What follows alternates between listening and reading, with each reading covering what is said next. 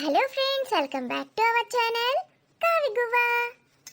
Friends, ఈ వీడియోని కనుక మీరు ఫస్ట్ టైం చూస్తున్నట్టయితే మా ఛానల్ని సబ్స్క్రైబ్ చేసుకోండి. అలాగే పక్కన ఉన్న గంట సింబల్ని నొక్కండి. అలా చేస్తేనే మేము పెట్టే ప్రతి వీడియో మీ నోటిఫికేషన్స్లో వస్తాయి. Thank you friends, thank you for supporting us. మీరు ఇచ్చే ప్రతి ఒక్క లైక్, ప్రతి ఒక్క కామెంట్ మాకు ఎంతో విలువైంది ఫ్రెండ్స్. రోజు ఇలాగే మీకోసం మంచి మంచి కంటెంట్ ఉన్న వీడియోస్ని మేము ముందుకు తీసుకొస్తాము. మంచి మంచి స్టోరీస్ని మేము ముందుకు తెస్తాము. మరి మీరు చేయాల్సిందల్లా మా వీడియోస్కి లైక్ చేయడం, హైప్ చేయడం, వీడియోని బంధుమిత్రులకు షేర్ చేయడం, వీడియో పైన మీ అభిప్రాయాన్ని కామెంట్లో తెలియజేయడం. మరి దోస్తులు, మీ అందరి కోసం ప్రేమ వర్సెస్ పెళ్లి పార్ట్ 22ని తీసుకొచ్చేసాము. లేట్ చేయకుండా వీడియోలోకి వెళ్ళిపోదాం. అత్త, నేను చెప్పేది విను. చెప్పురా. నన్ను ఒకరు దత్తత తీసుకున్నారని చెప్పాను కదా, అవును. అదెవరో తెలుసా? వినయ్ ఉన్నాడు కదా, మధు ఇష్టపడుతున్న వ్యక్తి. ఆ, వినయ్ వల్ల మేనత్తనే నన్ను దత్తత తీసుకుంది. ఆయన మేనత్తనా? అవునత్త, మేమిద్దరం చిన్నప్పటి నుంచి బెస్ట్ ఫ్రెండ్స్ అని చెప్పాను కదా. వినయ్, నేను, వాళ్ళ ఫ్యామిలీ అంతా నాకు చాలా క్లోజ్. వాళ్ళ మేనత్త ఆమెకి పిల్లలేరా? పిల్లలు లేరత్త. పెళ్ళయ్యాక కొన్ని రోజులకే హస్బెండ్ విడిచిపెట్టి వెళ్ళిపోయాడు. అప్పటి నుంచి వినయ్ వాళ్ళ ఇంట్లోనే ఉంటుంది వాళ్ళ మేనత్త. అవునా? అంటే ఇప్పుడు నువ్వు నేనిప్పుడు వినయ్ వాళ్ళ ఇంట్లోనే ఉంటున్నాను. వినయ్ వాళ్ళ అత్తకి వినయ్ వాళ్ళ ప్రాపర్టీస్ అన్నింటిలో సగభాగం షేర్ ఉంది. అంటే ఆస్తులన్నీ చెరసగం అన్నట్టు అన్న చెల్లెళ్ళకు. అవునత్త. అట్లయితే ఏం కాదురా. లేకపోతే ఆడబిడ్డ ఇంట్లుంటే ఆమెను గోస ఉంచుకుంటారు, మాటలతోటి టార్చర్ చేస్తారు. ఆమెకి ఈమెకి అస్సలు పడదు. అవునా? నేనంటే నేనన్నట్టే ఉంటారు ఇంట్లో. ఇద్దరు ఒకటే ఇంట్లో ఉంటారా? ఇద్దరు ఒకే ఇంట్లో. అన్నను వదిలి చెల్లెమ్మ ఉండదు, చెల్లెమ్మను వదిలి అన్న ఉండడు. మిగిలిన వాళ్ళందరూ కలిసిమెలిసే ఉంటారు. అంటే ఇప్పుడు నువ్వు వాళ్ళ ఇంట్లోనే ఉంటున్నావు అన్నట్టు. వాళ్ళ ఇంట్లోనే ఉంటున్నాను. మాకు పెళ్ళయ్యాక ప్రియా ఆ ఇంట్లోనే ఉండబోతోంది. ప్రియా ఆ ఇంట్లోనే ఉంటుంది. నువ్వు టెన్షన్ పడుతున్నావు కదా అత్త. మధుని వాళ్ళ అత్త వాళ్ళు ఎలా చూసుకుంటారోనని. ప్రియా ఉంది కదా, ప్రియా చూసుకుంటుంది. నువ్వేమంటున్నావురా? నాకు అసలు ఏం అర్థమైతలేదు. మన అమ్మాయి మధు ఉన్ను ప్రియ ఇద్దరు తోటి కోడలు ఒకే ఇంటికి కోడళ్ళు అవుతున్నారన్నట్టు. అవునా? మధు గురించి భయపడాల్సిన అవసరం లేదు అంటున్నాడు. అల్లుడు ఆఫీస్కే పోతాడు, ఇంట్లో దాన్ని ఎట్లా చూసుకుంటారో అంటివి కదా, భయపడుతున్నావు కదా. ఇంట్లో ప్రియ ఉంటది కాబట్టి మధుకి కూడా ఏ ఇబ్బంది ఉండదు అంటున్నాడు. మీరు మధు గురించి టెన్షన్ ఏం పెట్టుకోకండి ఆంటీ. మేమిద్దరం కలిసి ఉంటాం, కష్టాల్లో అయినా సుఖాల్లో అయినా. నేనున్నాను కదా, దాని మీద ఈగ కూడా వాళ్ళనివ్వను. నువ్వున్నాక నేను దాని గురించి ఎందుకు భయపడతాను ప్రియా? నిజంగా ఇదంతా నిజమా కలనా? ప్రియాని ఎప్పుడు నా కూతురు లాంటిదే అనుకునేదాన్ని. ఇప్పుడు నా కూతురితో పాటే అత్తగారింటికి వెళ్తుంది. చాలా సంతోషంగా ఉంది నాకు. అమ్మా, ఇప్పుడు నా ప్రేమను ఒప్పుకుంటావా? సార్ చాలా మంచోడమ్మా. అత్త, నేను మంచివాడినని నమ్ముతావు కదా. వాడు నాకన్నా మంచివాడు. నీ కూతుర్ని వాడికి ఇవ్వడానికి అస్సలు సందేహించకు.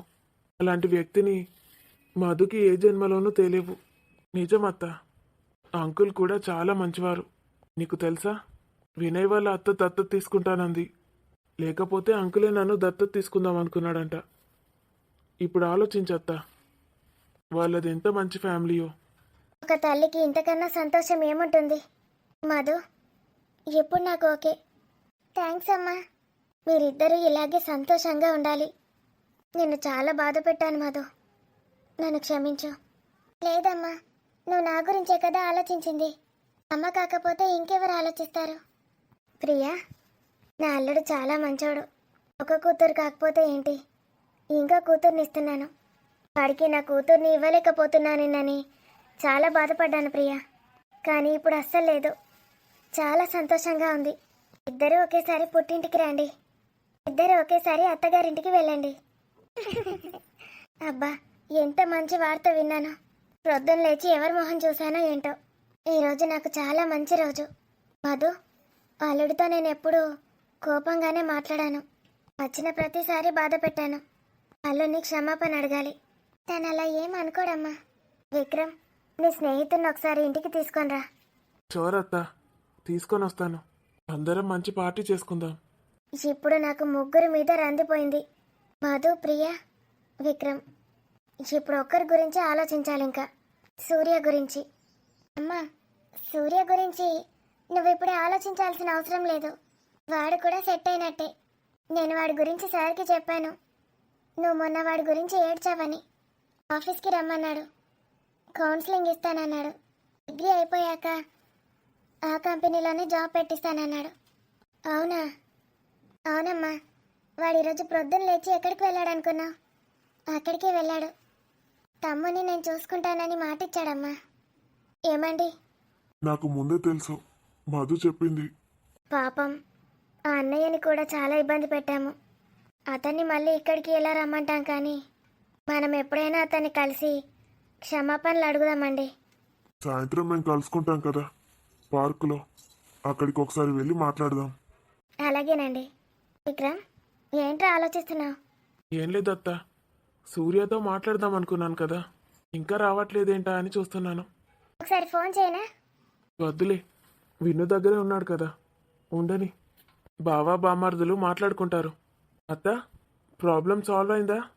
థ్యాంక్స్ అల్లుడు, నా గురించి నువ్వు ఇలా ఆలోచిస్తున్నందుకు. ఇప్పుడు మనమంతా ఒకటే ఫ్యామిలీ. మరి నేను వెళ్తాను అత్త. సరేరా, నీకు ఎప్పుడు రావాలనిపిస్తే అప్పుడు వచ్చేసేయి. ఏం ఆలోచించొద్దు, ఇది మన ఇల్లు, సరేనా?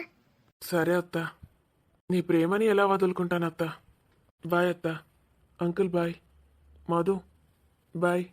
బాయ్ రా విక్రమ్. ప్రియా, బాయ్. బయటకు వచ్చి సెండ్ ఆఫ్ ఇయ్యే.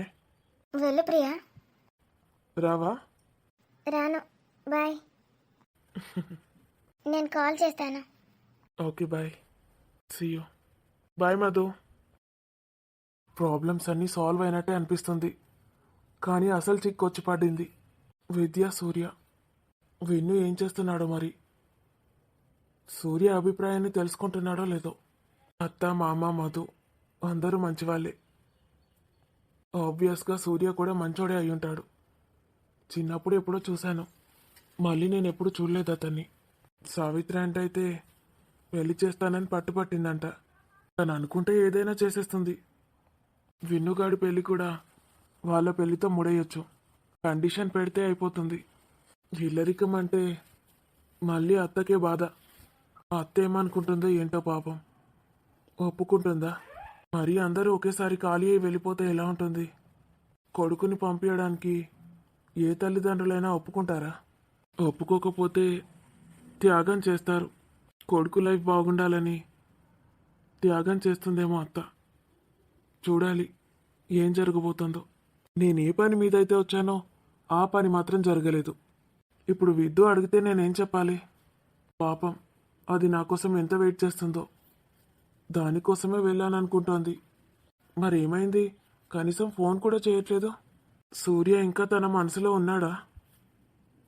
లేకపోతే చాచా, ఈరోజు ప్రొద్దునే కదా చాలా సంతోషపడింది. అప్పుడే ఎందుకు మనసు మార్చుకుంటుంది? నేనే ఏదో ఆలోచిస్తున్నాను, కానీ ఇలా ఫోన్ చేయకుండా ఇంతసేపు ఉంటుందని నేను అస్సలు అనుకోలేదు. నన్ను అడిగితే ఒకటే చెప్తాను, సూర్య చాలా మంచివాడని. అతనెవరో కాదు, మా అత్త కొడుకని. సావిత్రి ఆంటీని తీసుకొని వెళ్ళమని చెప్తాను డైరెక్ట్. హలో, చెప్పురా విన్ను. ఏంటి? విద్దు సూసైడ్ చేసుకుందా? పాయిజనా? ఏంట్రా? ఎలా ఉంది ఇప్పుడు? ఏ హాస్పిటల్? నేను వస్తున్నాను. సరే. ఓ గాడ్, విద్దు పాయిజన్ తాగడం ఏంటి? ఇంట్లో అందరూ ఒప్పుకున్నారు కదా. ఇంకేదైనా రీజన్ ఉందా? సూర్య ఒప్పుకోలేదా ఏంటి? నేను వెళ్ళి మాట్లాడతానని చెప్పాను కదా. నేను పెళ్లి చేస్తానని చెప్పాను కదా. ఎందుకు ఇలా చేసింది? ఓ గాడ్, తనకేం కాకుండా చూడు. అసలు ఏం జరిగిందో ఏంటో. ఎందుకు సూసైడ్ చేసుకుంది? ఈ విషయం గురించేనా, లేక ఇంకేదైనానా? ఇంటికి వెళ్తేనే తెలుస్తుంది అసలు ఏం జరిగిందో ఏంటో. డాక్టర్, ఎలా ఉంది నా కూతురు? Okay, she's out of danger, కానీ కంప్లీట్గా అని చెప్పలేము. 80% ఇవ్వగలం. డాక్టర్, అప్పటికే చాలా లేట్ అయిందండి. ఇంకొక్క నిమిషం లేట్ అయినా తనని ప్రాణాలతో చూసేవారు కాదు. షీఈ్ అవుట్ ఆఫ్ డేంజర్ అనే చెప్పాలి, కానీ చెప్పాను కదా 80%. ఇంకా 24 అవర్స్ గడిస్తే కానీ ఏం చెప్పలేము. అసలు ఇలా చెప్పొద్దు, ఇది సీరియస్ కేసు కాబట్టి చెప్పాల్సి వస్తుంది. తను మెలకువలోకి రావడానికి కూడా చాలా టైం పడుతుంది. నేను ఇప్పుడు అనస్థీషియాలో ఉంది కాబట్టి చెప్తున్నాను. ఒక హాఫ్ అన్ అవర్లో మత్తు మొత్తం దిగుతుంది. పాయిజన్ అంతా బ్లడ్లో పాస్ అయింది. అది మరీ ఎఫెక్టివ్ పాయిజన్ కాదు. లేకపోతే 5 నిమిషాలు మంచి టైంకే తీసుకొచ్చారనుకుందాం. ఒక్కటంటే 1 నిమిషం లేట్ అయినా మన చేతుల్లో ఏది ఉండేది కాదు. తను ఏమైనా డిప్రెషన్లో ఉండేదా? లేదు డాక్టర్, డిప్రెషన్ అలాంటిది ఏం లేదు. మరి ఎందుకు ఇలా చేసిందో మీకు కారణం తెలీదా? అది డాక్టర్, ఎగ్జామ్స్. ఎగ్జామ్సా? అవును డాక్టర్, ఎగ్జామ్స్లో మార్కులు బాగా రాలేదని బాధపడింది. అరే రే, ఎగ్జామ్స్ కోసం ఇలా చేసింది. పిల్లలు ఇప్పుడు ఎంత సెన్సిటివ్గా తయారవుతున్నారో. మార్కులు తక్కువ వస్తే చాలు ఇలాంటి డెసిషన్స్ తీసుకుంటున్నారు. అంటే ఫెయిల్ అయిందా? లేదు డాక్టర్, ఫెయిల్ ఏం అవ్వలేదు. తను అనుకున్న మార్కులు రాలేవని. అరే రే, మీరు ఏం చేస్తున్నారు ఇంట్లో? మార్క్స్ వచ్చిన రోజు మొత్తం తనతోనే ఉండాలి. ఒక వారం రోజుల దాకా తనతోనే ఉండి డిప్రెషన్లోకి వెళ్లకుండా చూసుకోవాలి. మార్కులే మనకు జీవితం కాదని చెప్పాలి. ఫెయిల్ అయితే ఏముంది, వెంటనే సప్లిమెంట్ రాయొచ్చు కదా. అసలు ఈ మార్కులు ఏం చేసుకోను? ఇదంతా మోటివేషన్ ఇవ్వాలి తనకి. తనని అలా వదిలేసి వెళ్ళిపోయారా? అసలు పాయిజన్ ఎక్కడి నుంచి తెచ్చుకుంది తను? ఏం తల్లిదండ్రులు మీరు? ఏం గమనిస్తున్నారు తనని? పాయిజన్ తన దగ్గరికి ఎలా వచ్చింది? అంత స్వేచ్ఛనిచ్చారా? లేకపోతే అసలు పట్టించుకోరా మీరు? థ్యాంక్ గాడ్ ఇంకా తనకేం జరగలేదు. మీరందరూ చాలా అదృష్టవంతులు. కానీ ఆ దేవుని వేడుకోండి తనకేం జరగొద్దని. తను ఇంకా డేంజర్ జోన్లోనే ఉంది. తను ఎప్పుడు లేవచ్చు డాక్టర్, ఎప్పుడు మాట్లాడుతుంది మాతో? రండి, హాఫ్ అన్ అవర్లో మత్తు దిగిపోతుందని చెప్పాను కదా. హాఫ్ అన్ అవర్ తర్వాత తను కాన్షియస్లోనే ఉంటుంది. కానీ తనేం మాట్లాడలేదు. ఎప్పుడు కళ్ళు తెరిచి మాట్లాడేది తెలీదు. 24 అవర్స్ లోపు తను మాట్లాడలేదంటే నా చేతుల్లో ఏం లేదు. డాక్టర్, ఇంకెవరినైనా డాక్టర్స్ని పిలిపిద్దామా? మీ ఇష్టం. ఈ డిస్ట్రిక్ట్లోనే టాప్ మోస్ట్ డాక్టర్ని నేను. డాక్టర్స్ అందరినీ కన్సల్ట్ అయ్యాను మీ రిక్వెస్ట్తోని. కాన్ఫరెన్స్లో అందరితో మాట్లాడాను. మీ ఇష్టం. ఇంకెవరైనా మీకు తెలిసిన వాళ్ళుంటే మాట్లాడుకోండి. రిపోర్ట్స్ పంపిస్తాను. వాళ్ళకి చూపిస్తే వాళ్ళకే అర్థమవుతుంది. ఓకే డాక్టర్, అంటే మన చేతుల్లో ఏం లేదు. 24 అవర్స్లో తనకి మెలకువ రాకపోతే మాత్రం తను కోమాలోకి వెళ్ళిపోతుంది. బ్రెయిన్ డెడ్ అయ్యే ఛాన్సెస్ ఉన్నాయి. డాక్టర్, సారీ, ఇలాంటి మాటలు మాట్లాడొద్దు. కానీ మీరు వెల్ ఎడ్యుకేటెడ్ అని మీకు చెప్తున్నాను. నాకు చాలా అంటే చాలా కోపం వస్తుంది మీ మీద. ఇంత వెల్ ఎడ్యుకేటెడ్ అయ్యుండి తనని విషయం ఎలా తాగించారు అసలు? తను డిప్రెషన్లోకి ఎందుకు వెళ్ళింది, ఎలా వెళ్ళింది అసలు మీకేం తెలీదా? అసలు ఏం పట్టించుకుంటున్నారు తనని? ఇంతమంది ఉన్నారు. చూస్తుంటే న్యూక్లియర్ ఫ్యామిలీ కూడా కాదు. కోర్స్ నేను ఇలాంటివి చాలా కేసెస్ చూస్తాను రోజు. కానీ నేను మీ ఫ్యామిలీ డాక్టర్ని కాబట్టి నాకు చాలా కోపం వస్తుంది. అప్పుడప్పుడు నా దగ్గరికి కౌన్సిలింగ్ అయినా తీసుకురాలేదు తనని. ఇంత మంచి మంచి సైకాలజిస్టులు ఉన్నారు ఇక్కడ. It's okay. Half an hour తర్వాత ఇక్కడ నుంచి అందరూ ఖాళీ అవ్వండి. తనకి ఎమోషనల్గా ఎవరు చాలా క్లోజో వాళ్ళు మాత్రమే ఇక్కడ ఉండాలి. తను ఎవరిని చూస్తే కోపగించుకుంటుందో వాళ్ళని ఇక్కడ ఉంచకండి. సిచ్యువేషన్ ఇంకా వర్స్ అవ్వచ్చు. ప్రేమగా ఆప్యాయతగా మాట్లాడే వాళ్ళని మాత్రమే ఇక్కడ ఉంచండి. 5 మినిట్స్కి ఒకసారి తనని మాట్లాడించడానికి ప్రయత్నించండి. వాళ్ళు మాత్రమే. కనీసం ఎవరైనా ఉన్నారా తనతో ప్రేమగా మాట్లాడేవాళ్ళు? Yes doctor, I will take care of her. తనకి మెలకు వస్తే వెంటనే నాకు కాల్ చేయండి. ఓకే, నేను ఇక్కడే ఉంటాను. ఎవ్రీ 15 మినిట్స్కి ఒకసారి సిస్టర్స్ని అడిగి తన సిచ్యువేషన్ తెలుసుకుంటాను. Okay, don't worry. డాక్టర్, తనకి మెడికేషన్ అది? యా, మెడికేషన్ నడుస్తూనే ఉంది. Sisters will take care of her. ఓకేనా? ఇంకేమైనా డౌట్స్ ఉన్నాయా? నో డాక్టర్, మీరు ఇక్కడే ఉంటారు కదా. చూడండి, తన ముందు ఏడవడం కానీ మాట్లాడడం కానీ చేయకండి. ఇప్పుడే ఈ రూమ్ వ్యాకెంట్ చేయండి. అందరూ ఇక్కడ నుంచి వెళ్ళిపోండి. ఏం మాట్లాడొద్దు. Okay doctor. ఏంటి మమ్మీ నువ్వు డాక్టర్కి కూడా అబద్ధం చెప్తున్నావా? చెప్పాలరా, తప్పదు. లేకపోతే మన పరువు మొత్తం పోతుంది. ఆఫ్టర్ ఆల్ అతని కోసం సూసైడ్ చేసుకుందంటే ఎలా ఉంటుంది చెప్పు? నా ఫ్రెండ్స్కి తెలిస్తే పరువు అంతా పోతుంది. ఏమన్నా వాగేది ఉంటే బయట వాగి సాగుండ్రి, ఇలా వాగి సావకుండ్రి. డాక్టర్ ఏం చెప్పిండు? అన్నా, దానికి నేనంటే ఇష్టం ఉండదు. ఇక విన్నిగాడు కూడా నచ్చడు. నువ్వే ఉండే. నేను ఉంటాను చెల్లెమ్మా, నువ్వు వెళ్ళు. అత్త, దాన్ని నువ్వు చూడకపోయి ఉంటే.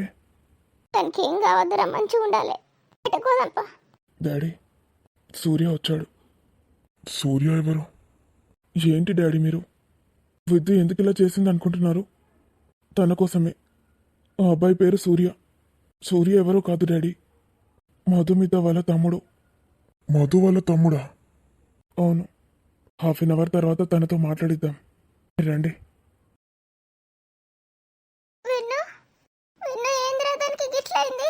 ఏం కాదత్తా, మన విద్యుకి ఏం కాదు. నువ్వు ధైర్యం చెప్పాలత్తా మా అత్తరికి. నువ్వే ఇలా ఏడుస్తే ఎలా? విద్యుకి ఏమైనా కావాలి, నేను అసలు ఇంట్లో అడుగు కూడా పెట్టను. వినయ్, మన విద్యకి ఏం కాదురని వాళ్ళ మాట్లాడకు. చూసావు కదా డాడీ, డాక్టర్ ఏం చెప్పాడు? తనకి అంత స్వేచ్ఛనియొద్దంటే ఇస్తారు, మళ్ళీ రెస్ట్రిక్షన్స్తో కట్టిపడేస్తారు. అది ఎలా తట్టుకుంటుంది? ముందు నుంచే ఉండాలి కదా డిసిప్లిన్ తనకి.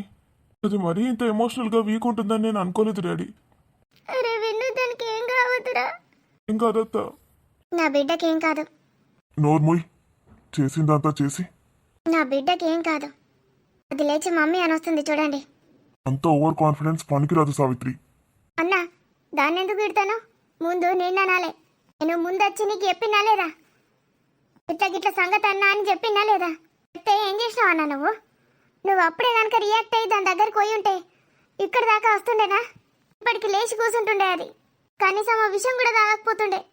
అన్నా దాంతో మాట్లాడదాం రా అన్నా అని వచ్చి బతిమలాడినా కదా అన్న. పని మనిషి కూడా వచ్చింది. తప్పు నాతో చెల్లెమ్మ. నువ్వు నాకు చెల్లెమ్మవు కాకుండా అక్క పోయి ఉంటే బాగుండు. 2 దెబ్బలు వేస్తే వచ్చి వినేవాడిని. అవునన్నా, నువ్వు అన్నవే తప్పు చేసినావు. ముందు నేను నీ దగ్గరికి వచ్చిన అన్న, దీని దగ్గరికి పోలేదు. నిన్నే బతిమలాడినా. అని నువ్వేం చేసినావు? ఇక దీని గురించి అంటావా? వైనకు మనసే లేదు, అసలు మనిషే కాదు. అందరం కలిసి దాని అన్నాడు కాదు. నుంచి అందరం దానికి పెత్తనం ఇచ్చినాం. దాన్ని ఇట్లా తయారు చేసింది మనమే. నువ్వే చక్కగా ఉండి దాని మూతి మీకెళ్ళి ఒకటి చంపితే ముందే చక్కగా ఉంటుండే కదా. అది దాన్ని ఇట్లా తయారు చేసి ఇప్పుడు ఎగోతే ఏమొస్తుంది? మనం దీన్ని అన్ననే అనద్దు అసలు. ఇట్లా కావడానికి కారణం మనమే, మనందరమే. అందరం కలిసి మాట్లాడుకునే లేదు, మరి దాని పెళ్లి గురించి ఆలోచించలేదు, ఏం లేదు. ఏది డిసైడ్ చేసినా ఇది ఒకటే డిసైడ్ చేస్తుందట. సంబంధాలు ఇది ఒకటే చూస్తుందట. దీనికి ఒక్కదానికే నచ్చితే చాలట. మరి నువ్వే చేసుకోపోవే పెళ్లి అందరినీ, కోడన్లను అల్లుళ్ళను నువ్వే చేసుకో పెళ్ళి. పోయి బయటకైనా కాపురం పెట్టుకుపోవాలతోటి. చేసుకునేది వీలైతే నీకు నచ్చుడేంది? పోనీ అత్తవు, అత్త ప్లేస్లో ఉండి సరే నీకు కూడా నచ్చాలి అంటే ఓకే. నీకే నచ్చాలి, నీకు నచ్చితేనే వేరే వాళ్ళకానంటే ఏంటి నువ్వు? నిన్ను చూస్తే నాకు తీసి మంటలు ఏబుద్ది అవుతుంది. బిడ్డకేమన్నా కావాలి, నేను ఏం చేస్తానో నాకే తెలియదు చెప్తున్నా. నిన్ను చంపేసి నేను చచ్చిపోతా. అరే నువ్వు ఏడవకరా, దానికేం కాదు, ఏడవకు.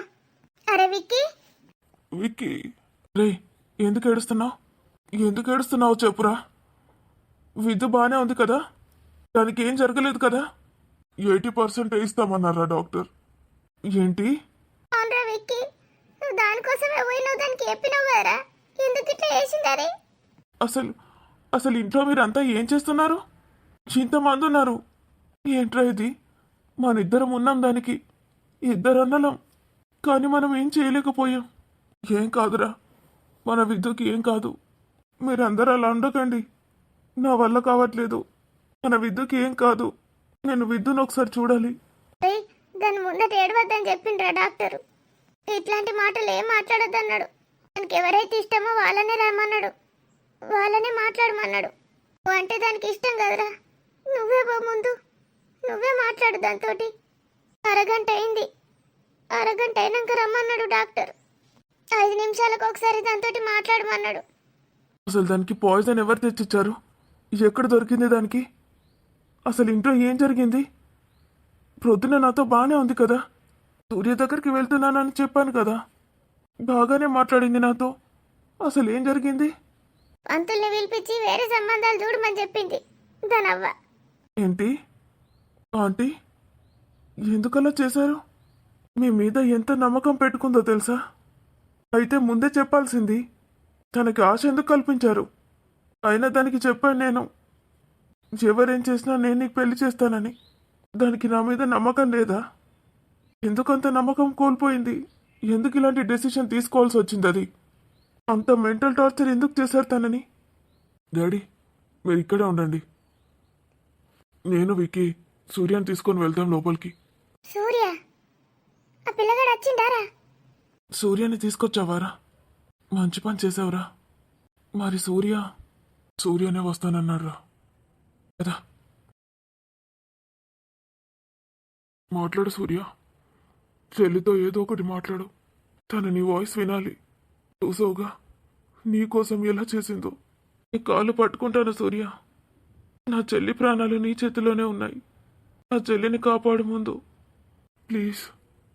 నాకు మాటలు రావట్లేదు బావా. ఏం మాట్లాడాలి? తనని ఇలాంటి పరిస్థితిలో చూడలేకపోతున్నాను.